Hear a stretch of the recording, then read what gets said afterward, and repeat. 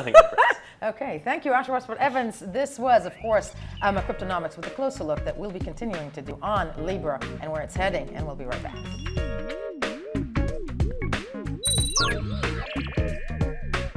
For more news and updates, follow us on Twitter.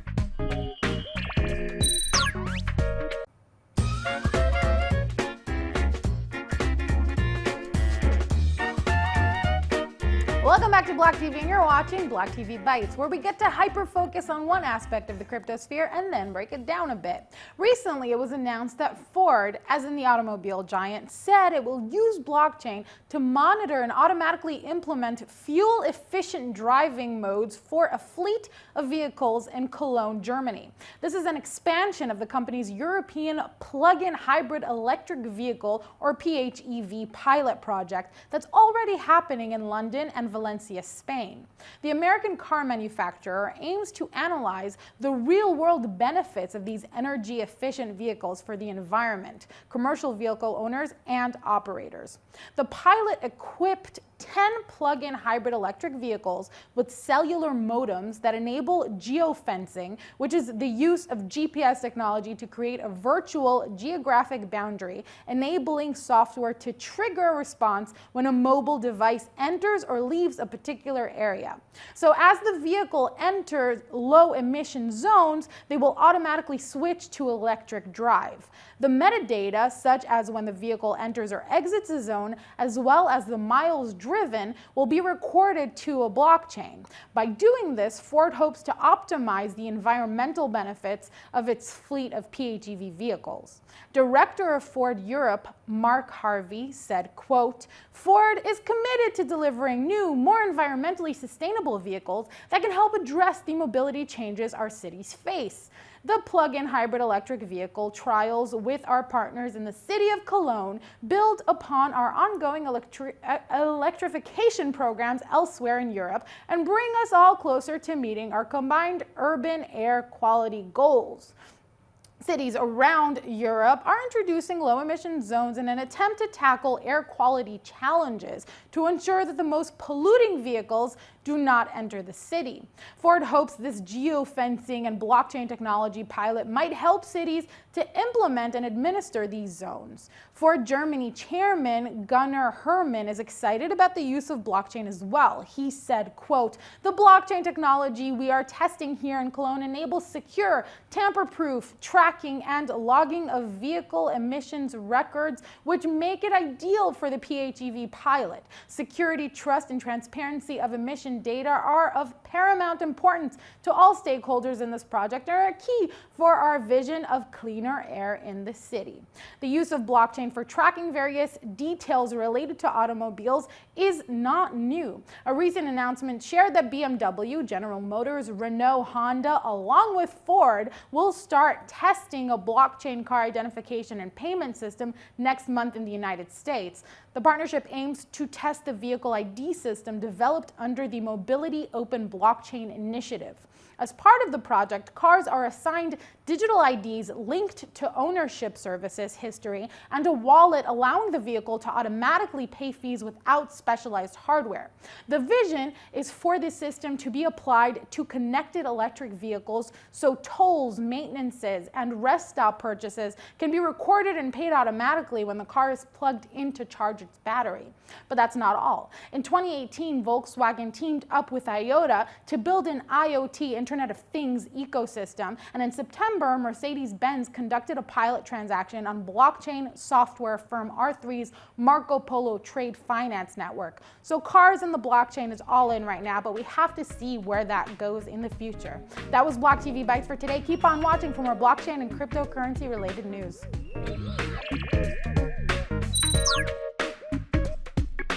For more news and updates, follow us on Twitter. Nexo, the only crypto banking account. Open an instant crypto credit line and get cash without selling your crypto. Earn 8% on your US dollars, euro, British pounds, and stablecoins. Nexo offers you automatic approval and no credit checks, $100 million insurance on custodial assets, no fees, and an excellent customer support. Put your crypto to work at nexo.io.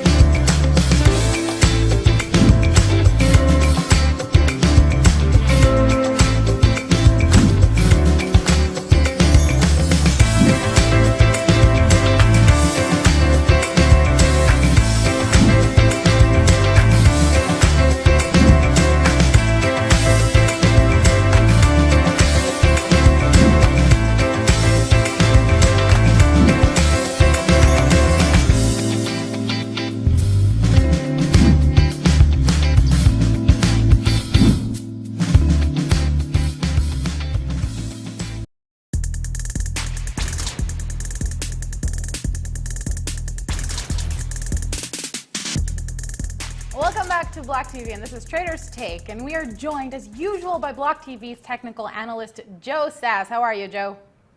Excellent, thanks. How are you? I'm good, except for everything is in the red. Yesterday there were talks of a Bitcoin death cross, and it looks like we're dying, Joe. What's happening? Well, I think some are dying on the inside a little bit. Anyone that bought in the 10K range, the 14K range, and pretty much anything above 9,400, I'd say people are starting to beat themselves up a little bit. But yeah, this is like a terrible territory to re-enter. I think there was.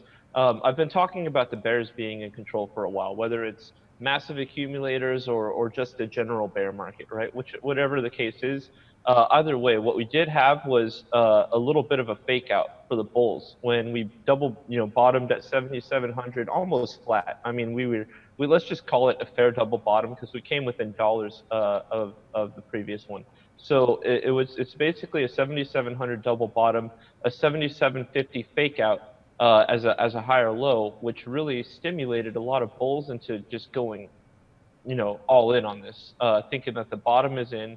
That this was just a little, blip along the way to into the next all-time high, or obviously everyone thinks much higher.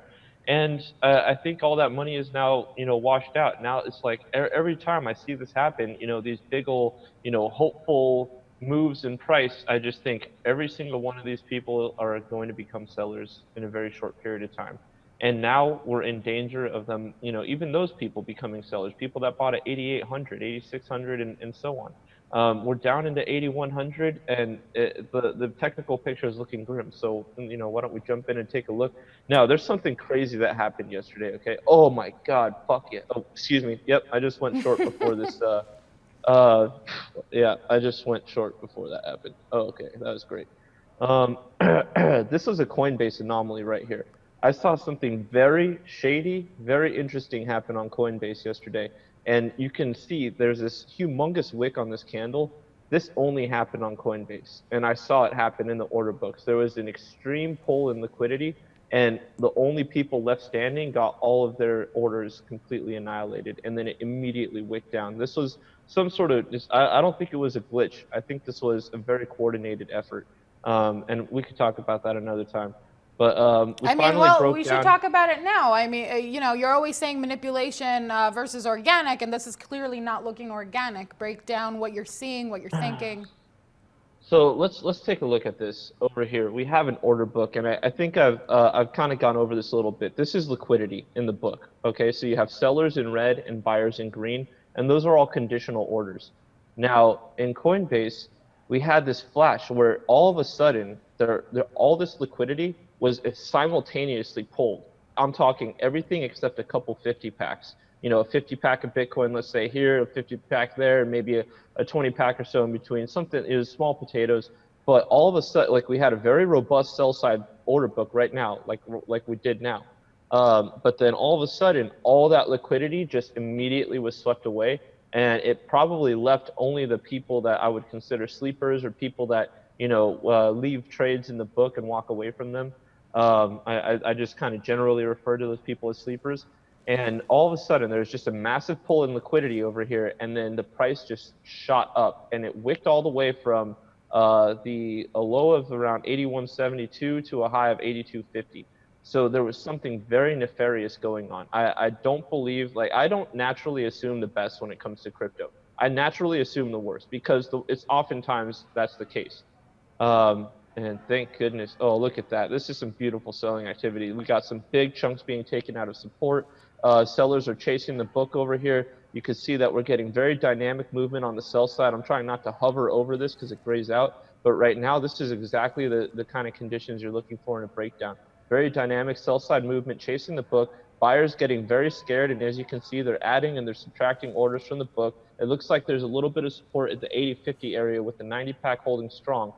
Down to 70 already, so it's definitely dynamic support as opposed to static support. You have big chunks being taken out of these support walls, and a couple buys, about a 4-pack buy, about a 10-pack sell, 5-pack sell, and this is just getting worse. There we go. Now a buyer jumped in, 20-pack bought, and price is still through 80.50. We're already shut. All right, we might break through 8,000 right now, and there it goes. It's gonna go. Oh man. If 8,000 flat is hit, it's going to trigger stops, and we're going to break. Oh man, we hit it. We just missed it by a penny. What are That we was trying? crazy. What do we want to see now going forward to move in a positive direction? What should people be looking for? Well, to move in a positive direction, you're talking to a trader, which means make money. I mean, so if you're talking about, what about a bullish narrative that can really change the technical picture? I should probably close this short, by the way. Um, if you're talking about a technical type deal that, to really shift us from a bearish posture to a bullish posture, um, excuse me, we'll go over that. You know, honestly, the honest answer to that is a fight, and like a move back into a space above the 200-day moving average. So let me get back to screen share and talk about this for a sec, because we've been in bearish territory for quite some time now, especially since we broke down from the descending triangle. But the most important thing is that we keep fighting and losing this battle to the 200-day moving average. Now, this is a very strong resistance right now, and as you can see, it's trending up pretty quickly. So if we do continue to come up and pick at it, it's only going to be higher price targets, even to the point where we might even hit this bottom of the descending triangle. So I wouldn't expect us to fight that long. I kind of want Bitcoin to either win or lose. Like I said, like I say, I like when we just rip the Band-Aid off.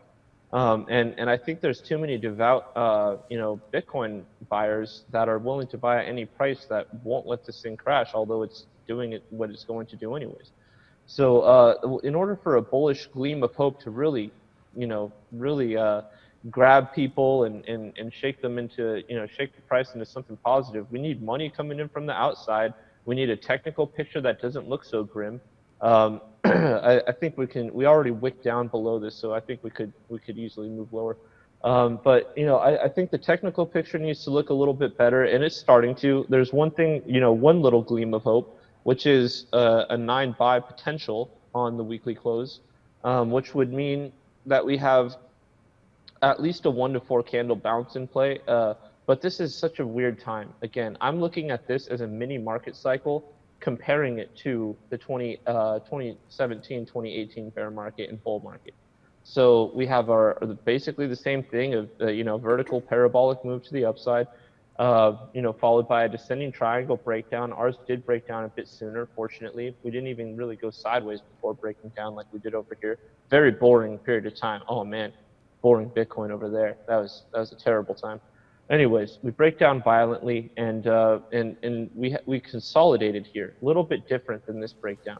So I think that if I was to be a bull, I would say, yeah, you know what, this is no longer, this is kind of broken this previous trend of breaking down in bear markets. We're sitting on the eve of a potential 9 buy on the weekly, which could really strongly indicate that this is a bottom. The technicals are lined up for at least a bounce, then that bounce can stimulate more bulls. But either way around, I really feel like as like I remember 2017, the craze, the FOMO was in the air. Everyone was talking about it. I mean, and this time around, it's like no one cares. Like 14K Bitcoin, it didn't. No one asked me any questions. Maybe 2 friends hit me up, and maybe 3 friends hit me up and asked me some questions. But there's such an isolated space again, and it's mostly traders trading, mostly hodlers hodling, and in order for this to really get bullish, into a new all-time high, through the halvening into a new all-time high, and then to 6-figure Bitcoin, we need some serious buyers, and that could be ETFs, that could be country hyperinflation. I mean, why isn't Hong Kong doing it? Why isn't Venezuela all in on Bitcoin? Why isn't Turkey? Why isn't Greece? Why, like there's all these examples of countries with failing fiat systems that aren't jumping on the Bitcoin bandwagon here. So I don't really know what the catalyst will be, and at this point, I believe it's just going to have to be adoption from as many individuals as possible. I'm not going to bet on an institution like a financial institution with its roots deeply rooted in a financial architecture really getting involved in this until it's way too late for them.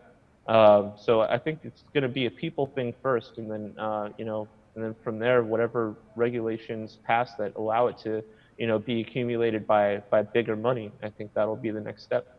Absolutely, potentially. And we know this is a social space as a whole. So, I mean, what you're saying could potentially very much be on point. But that's also a time will tell type of situation. Unfortunately, we're not fortune tellers. And again, as you keep bringing back, it's an unpredictable space and stuff out there for traders, for analysts, anybody trying to kind of make sense of it seems to be having, a hard time coming up with concrete, conclusions with what's happening. But again, we always talk about this trickle-down effect that Bitcoin has. Something happens to Bitcoin. Again, we have nearly 70% dominance there. It trickles down. It goes into the altcoins. It looks like XRP took a hit as well. Can we go through that? Yeah, of course. Yeah, I would love to. Let's see. XRP should be right here. All right. When you said it took a hit, I haven't looked at the chart for a little while, and I was hoping it was a much worse hit. My 3%. condolences. I apologize. Yeah. We're fighting. Man, this is a little weird. All right. So we popped our head back in. We were rejected by the top end of our very long-standing channel. We've had, a couple times where we spent, a few weeks maybe outside of this channel, this dotted green line, which then turns into this ray. And this ray on top here. So this channel is pretty much XRP's channel for a long time, and I probably don't need to tell you that anymore. You've probably heard it from me 1,000 times. But we popped out to the upside. We popped through to the downside. We glanced off of a very long-standing support line. This is just, it's kind of all over the place right now. We popped back in, we popped back out, created a new low. This is probably the lowest low in like a year. Probably. Let's see here. I mean, maybe even years, to be honest. That was the lowest low since December 2017, nearly 2 years. So we definitely, I would say making a lower low like this is very bearish in nature. Let me just do something like this. We definitely had some support along the way. Yeah, this just isn't pretty enough for me. I don't really like to use my imagination when I'm drawing things. So I do see, that we were trending down. We were supported by this down-sloping trend line, bounced off it a few times, and now we've, just bounced into an upward sloping trend, and it's just kind of taking these. I would say when it moves, it kind of takes big moves. This doesn't look like a very convincing re-entry into this particular channel. I would need to. It's going to take me a long time before I do believe a ton of altcoins are going to die, and I believe XRP is one of them. But I think it's not looking terrible, and it's not looking particularly amazing right now. I would say if I was trading XRP, what would I be looking for? Excuse me. I would be looking for how we respond to a bounce or a rejection or support from these moving averages. If we can break above these moving averages, which we seem to have failed to do for quite some time. Obviously, we broke above it over here. This is a pump, came right back beneath it, rejection, rejection, rejection. I mean, this is all moving averages, rejection off the 200, rejection off the 50, 200, 200. So it's taken a little bit of a step back, but I can't really, as much as I hate this asset and everything it stands for, I can't really say it's looking that, it's very neutral right now. We're back in the channel, and typically when we get here, we spend some time here. So I got to say we're probably neutral right now, and in the medium term picture, we're probably bearish.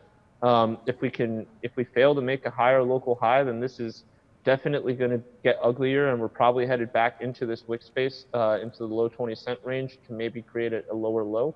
But right now, things aren't looking terrible, as much as I hate to say it. I'm sorry, I'm sorry for you, but for any XRP holders, listen, out of a Bitcoin maximalist's mouth, it's not looking terrible. But one that is, and again, we love talking about Litecoin, and Litecoin is down at least 2.5%. Break it down for us.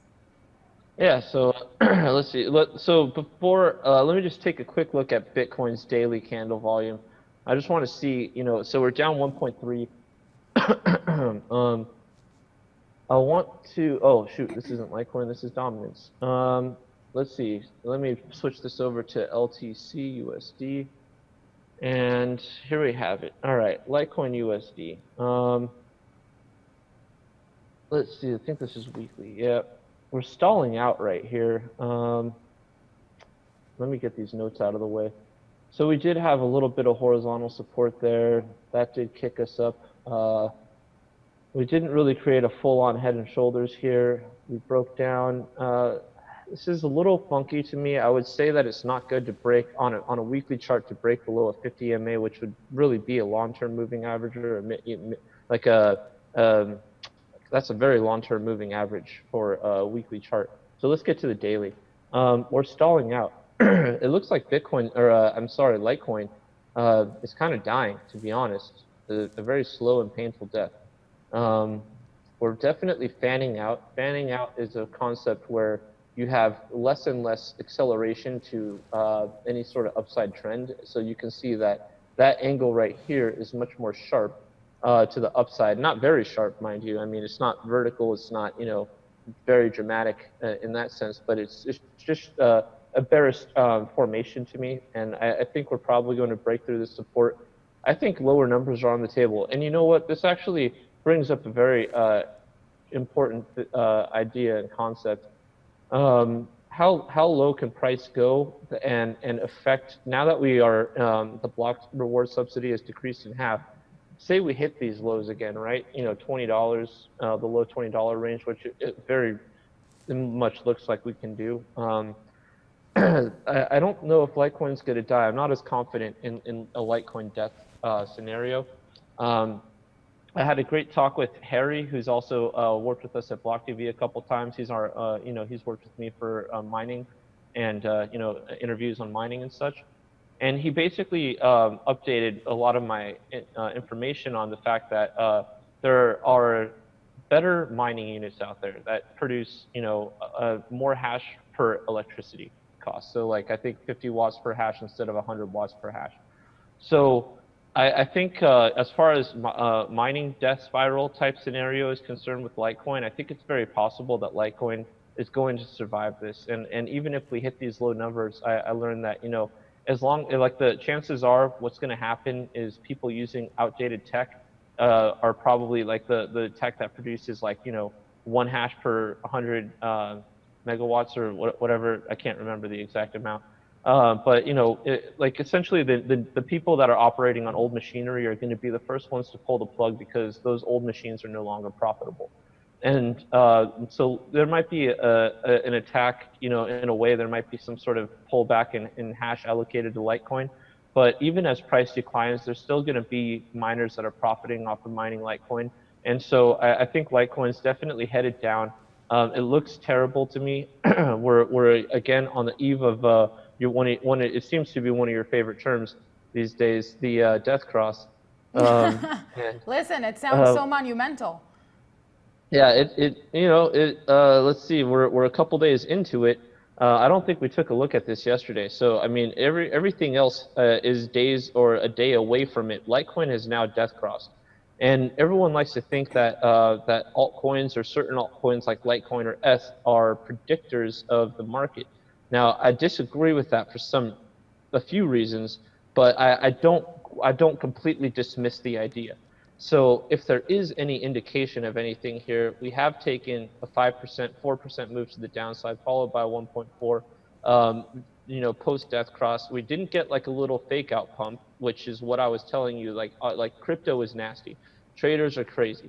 You could always, like, everyone would be betting on this to be bearish, right? This is like one of the most bearish signs in the book. And so we could easily have gotten some sort of flash into it, but it seems like every death cross has really been, you know, kind of a neutral breakdown. We broke down before this one happened. We rode up, met the 50 MA and broke down. So I just think this is getting worse and worse every day. And I don't think that Litecoin's going to die, but I think we are looking at potentially lower lows. But it wouldn't surprise me if we double bottom at 20. It wouldn't surprise me if we go lower. Litecoin is looking very bad to me right now. Okay, well, so final question before we sign off here. You know, we were talking about Ethereum dying and we're talking about Litecoin dying. If they were both to go, which one do you think would go first? Litecoin. Litecoin would go first? Okay, well, yeah, you heard it. Proof of work. Well, you heard it here first, everybody. Thank you very much, Joe Sass, for breaking that down for us. For all you folks watching at blocktv.com, keep on watching for more cryptocurrency and blockchain-related news.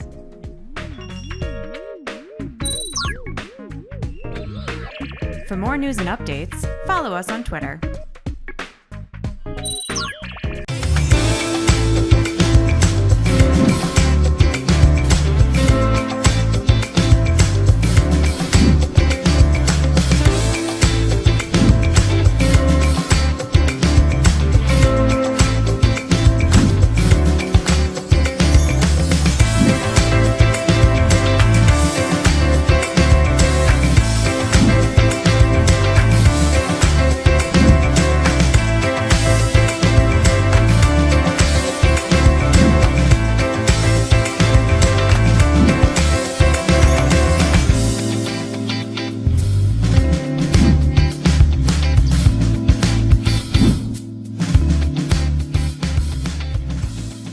Nexo, the only crypto banking account.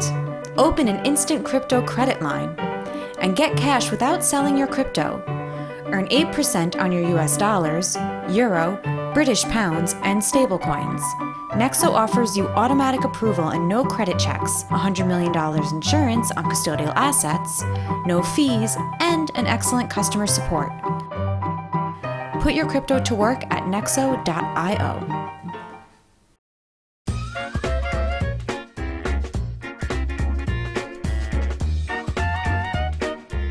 Good news for all you Bananagrams fans out there. There's a whole new slew of words that have been added to the Oxford Dictionary, and among them is the hottest Bitcoin term since HODL, Satoshi. Now, I'm not talking about the guy who invented Bitcoin. That would be a crazy thing to add to the dictionary. What they've added is the word for the smallest measurement of a Bitcoin, a Satoshi, which, according to the Oxford Dictionary's blog, was first used less than 7 years ago. A Satoshi is the smallest monetary unit in the Bitcoin cryptocurrency and is named after Satoshi Nakamoto, the probably pseudonymous, that's the one, developers of Bitcoin.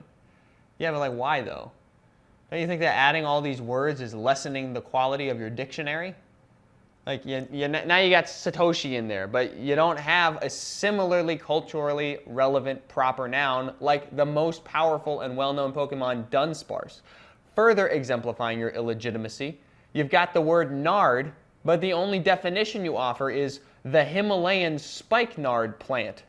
You neglect to mention that it is frequently used to refer to one's testicle, where urine is commonly stored. You've got butthurt in there, but not the commonly used term among southern tow truckers from southern Alabama, gag darn it, as in, gag darn it, you spoolie rat-tootin' jaywalker. You're telling me if I sit down for a game of Scrabble and score 13 points for butthurt, that's okay, but not 12 points for gag darn it? It's a travesty. Your site says you got 600,000 words, but all that is just watering down the most fundamental words. I honestly think that we could get by with like 10 words. And here they are. I did the work for you.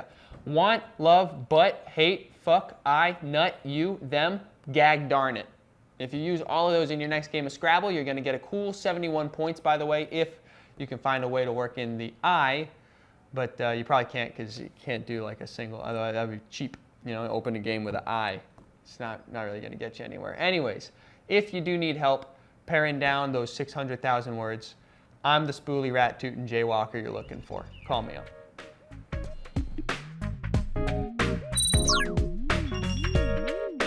For more news and updates, follow us on Twitter.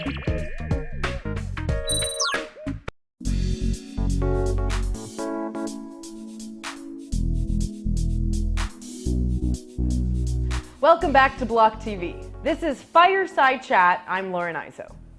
There's little doubt blockchain is a breakthrough technology. However, for all its potential, it certainly has its issues.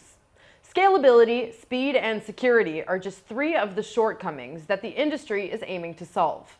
Enter Aleph Zero. They're trying to provide a new distributed ledger ecosystem that doesn't choke, according to its words. With us today, we have Aleph Zero CEO Matthew Niemerg to help us break down what his company is looking to achieve and how it's trying to do so. Matt, thank you so much for joining us. No, thanks for having me on, Lauren. It's a pleasure to be here. Of course. Now, please start by telling us how exactly did Aleph Zero come about and what are you aiming to achieve? Right. So what we really saw, so all right, so some background. Sure. We're a bunch of academics. So we really saw that there was a need in the market to address these issues, as you say, of the blockchain trilemma, right? So how can we actually solve speed, scalability, and security? And the biggest issue that I would really say is that, for the most part, these consensus protocols, if you look at what's sort of happening under the hood with these, with the blockchain technology, what you're really trying to overcome is precisely this trilemma. So what you want to be able to say and talk about is, how does this, what's the core technology? And the core technology is your consensus algorithm. So what we were able to do is we took sort of the best of what's been out there with, so Honey Badger. So they were able to prove that they had complexity with respect to, so they had constant communication complexity. So what we were able to do is take some of those ideas that they did, and they used a traditional blockchain, and we took those and then we applied it in a, with a slight twist onto our own infrastructure using a directed acyclic graph. Matt, could you break down for us exactly what is the DAG protocol and how does this go about solving blockchain's shortcomings? Sure. So with a directed acyclic graph, what you're really looking at is, how can you achieve concurrency of transactions that are, functionally independent, right? So if you have somebody who's in Korea, they're getting some tea, and you have somebody in San Francisco getting coffee, or you have somebody in Berlin who, I don't know what they're buying in Berlin, but they're purchasing something, right? And functionally, for the most part, these transactions are completely independent. And what's happening now with blockchain is that often you'll have these transactions will be aggregated at the same time, and this actually keeps or imposes an additional structure and additional information that we don't really need, and this causes inefficiencies. So if instead we try to treat these transactions as independent as possible for as long as possible, and we do so using this DAG structure, then we can have more more transaction throughput and more concurrency. So we've touched a little bit on security. I want you to tell me exactly what privacy solutions Aleph Zero offers, and especially why this matters so much in this day and age when everything is really out in the open. Right. So I think that what we really need to do is take a step back and consider, well, what are the things that enterprises and businesses want to be able to keep private as far as their information, right? So if you're going to consider, like, say, a supply chain solution, and you're a company and you're making widgets or wadgets or whatever it is that you're creating, and you're shipping these all over. Well, maybe you don't want your competitor to know the price point of the of your items. You don't want to know who you're selling the items to. This type of information, while it may be useful to have public on a public ledger, from a enterprise perspective, you really want to try to keep this as private as possible. So what you can do is use various advanced cryptographic techniques like secure multi-party computation, or maybe homomorphic encryption, for various solutions to be able to achieve this level of privacy. I want to elaborate a little bit more on business privacy. What are some other blockchain-based solutions for privacy specifically for business? Right. So one, I think, would be, say, data storage, right? So there's some really nice technology that's been in use for really quite some time. So you know about CDs, right? CD-ROMs. These use a technique called Reed-Solomon codes or erasure codes. And the idea is that you can take some data, split it apart into, say, indifferent pieces, and then add a little bit of extra information to these indifferent pieces. And in doing so, now you can specify that all you need is, say, K of these different pieces to reconstruct the original information again. And what that allows you to do, if I'm an enterprise and I want to go ahead and store confidential data, maybe it's health records or some other information that is really should be confidential to my company. what I can do is, instead of having that stored on my own, using AWS or some other cloud storage solution, I could interface with some, a blockchain solution, and instead have it so that it automatically will split up this data, all these data pieces, in such a way where, I get in different servers will have the pieces. And now, instead of having, from a security perspective, instead of having, one server being compromised, I need to have K of these servers be compromised in order for somebody else to reconstruct this information. Well, we've brought up the use of public ledgers. Why are public ledgers more advantageous than private ones?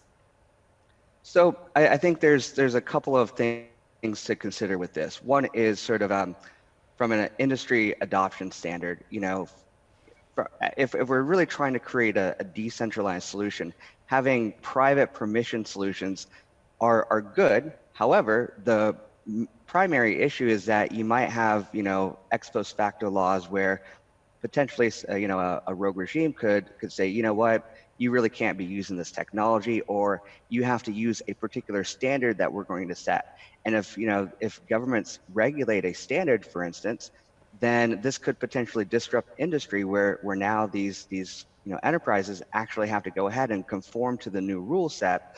And if instead they're using a public ledger solution, well, these public ledgers can't really be shut down.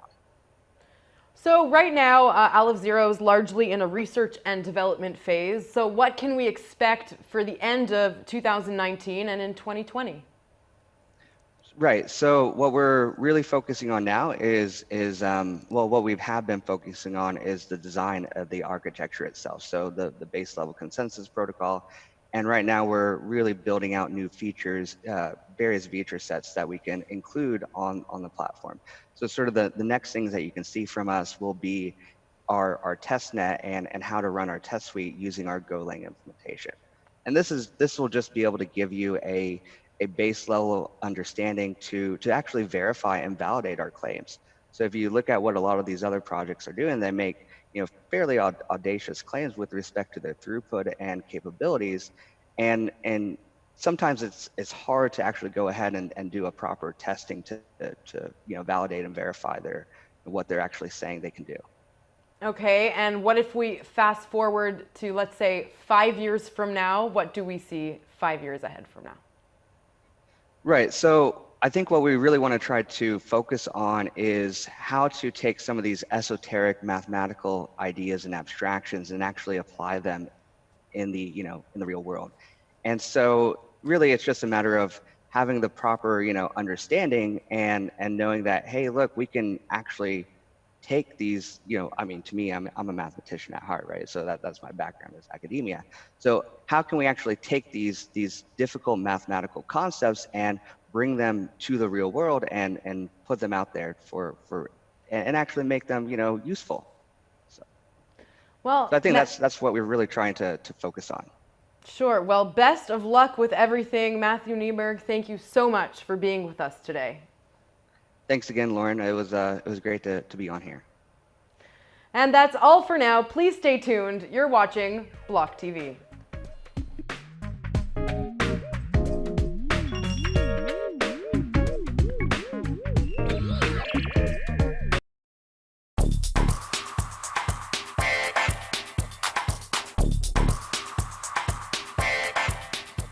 Welcome back to Block TV, where it's time for Crypto Crunch with one of the leading voices in the sphere today, with whom we are lucky enough to chat with weekly, namely Lou Kerner of Crypto Oracle and the man behind Crypto Mondays. How are you, Lou?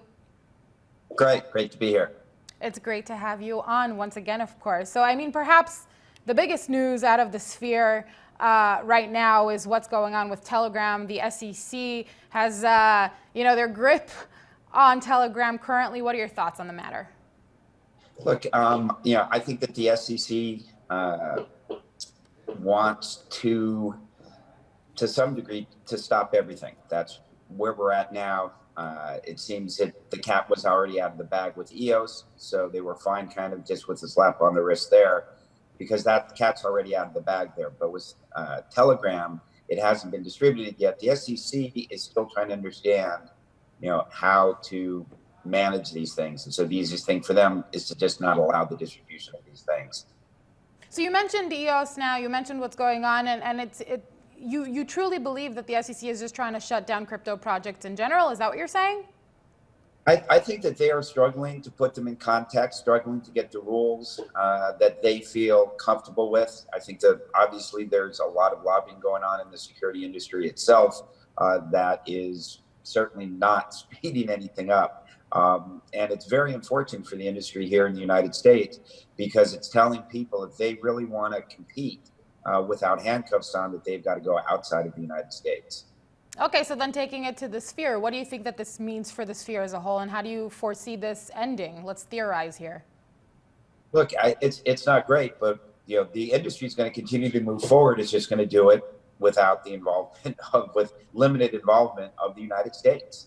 I still think you can get a lot of innovation in the United States, but once you actually start deploying these coins, the utility tokens, things that aren't fully registered with the SEC, there's going to continue to be lots and lots of problems. So the easiest way forward for companies is simply to stay outside of the United States.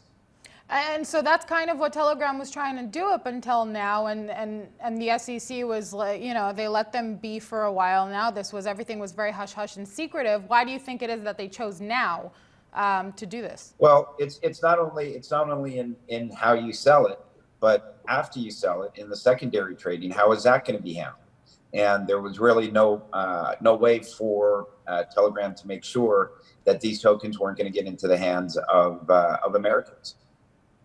And, shifting gears now, it's definitely curious to see what happens with the Telegram story. There was so much secrecy surrounding that, and any update, we kind of, we crave it at this point, just from that aspect. But then shifting gears to something else that we crave a lot, we crave to know anything and everything that's related to Libra, of course, and especially this week, we're hearing about partners dropping out. They pretty much have no payment processors at this point, aside from UPay. If, some people say they consider that a payment processor, others would disagree. But do you think that Libra could actually, fall apart before it ends up crossing that finish line into launch? Well, the question is, what is Libra going to be, and where is it going to be that thing? And I think what we're seeing is that governments, the large governments around the world, those that have sound monetary policies, or at least believe that they have sound monetary policies and are at scale, I think that there is a lot of reticence to allow Libra to come in, because these governments don't know what the impact is going to be. And so, the government, here in the U.S. is using all the tools at its disposal, including, I think, really bullying of Libra members and telling them, hey, there's going to be a lot of government scrutiny over everything Libra related. But not only that, a lot of scrutiny of everybody who's even associated with Libra. And so I think what you saw is a lot of people who didn't want this additional government scrutiny on them dropping out. And that is, I think, just an incredible indictment of the government action here in the United States.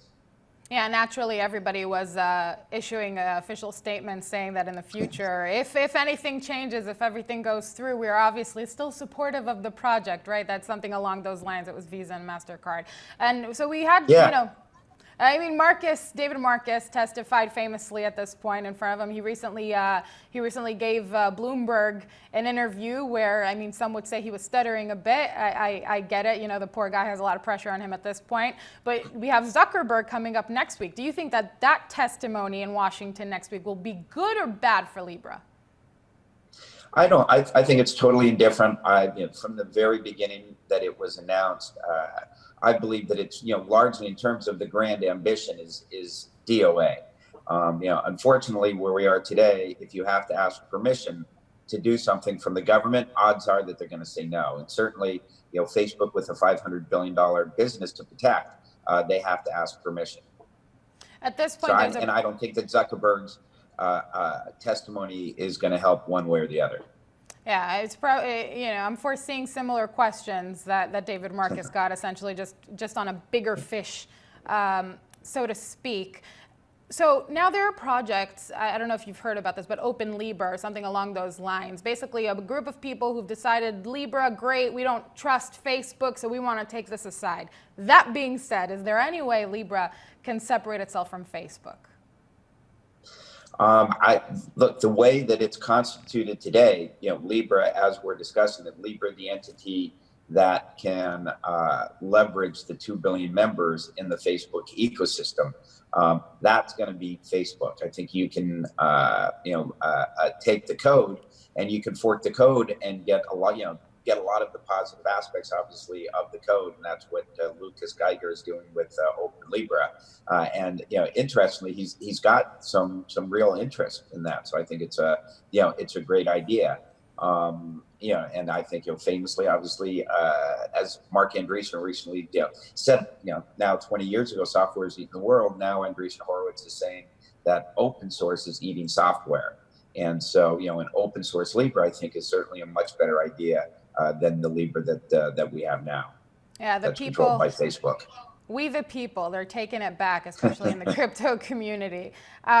Exactly. Once again, shifting it. Earlier this week, you had one of your regular calls regarding institutional investors. Can you tell us what they're saying about the market, about crypto? Sure. So we had a great call with some institutional investors like Travis Kling from Ikigai and Matthew Walsh from Castle Island Ventures, and I think the general tone of the call, and there'll be a replay up shortly of the call, was that we're still very early in terms of institutions and what they need. And there were a lot of things that were discussed on the call. There were things that certainly we are well aware of. Things like that. The scale today is not big enough to be of interest to significant institutions. The tool set is still broadly not institutional grade, getting better, and that's happening. And they brought up some other things that that I hadn't heard before. Things like even like career risk for people who are at institutions. If it goes up, great, maybe you get a pat on the back. But if it goes down 80%, like it has on multiple occasions, there is certainly career risk to putting your neck out as an institutional investor and saying, hey, we should put an allocation of any significance into crypto. So the bottom line, it was encouraging. We're making progress, but still a long way to go. And the general view is that this is a late 2020, if not 2021 thing before we start to scale in any way with crypto. So reading such a call, into such a call, would you say that they're neutral about it? If it goes well, it goes well. Or are you seeing optimism? I think, look, there's optimism. It's not a question of if, it's a question of when. There's Anthony Pompliano's Get Off Zero campaign for institutions, just to say, look, this is going to be a thing, and you've got to learn about it. By the time it is a thing, if you start learning about it then, it's going to be too late. And so the time to start learning about it is now, to start getting off zero. And the speaker said that actually that message actually is resonating and with institutions. So at least they're having dialogues about it, but very few are pulling the trigger today. Absolutely. Well, that's the fear, right? When you talk about the United States and these kind of setbacks, is that we're becoming, digitally illiterate, let's call it, because of that lagging behind, so to speak. So that is a legitimate concern. And then we're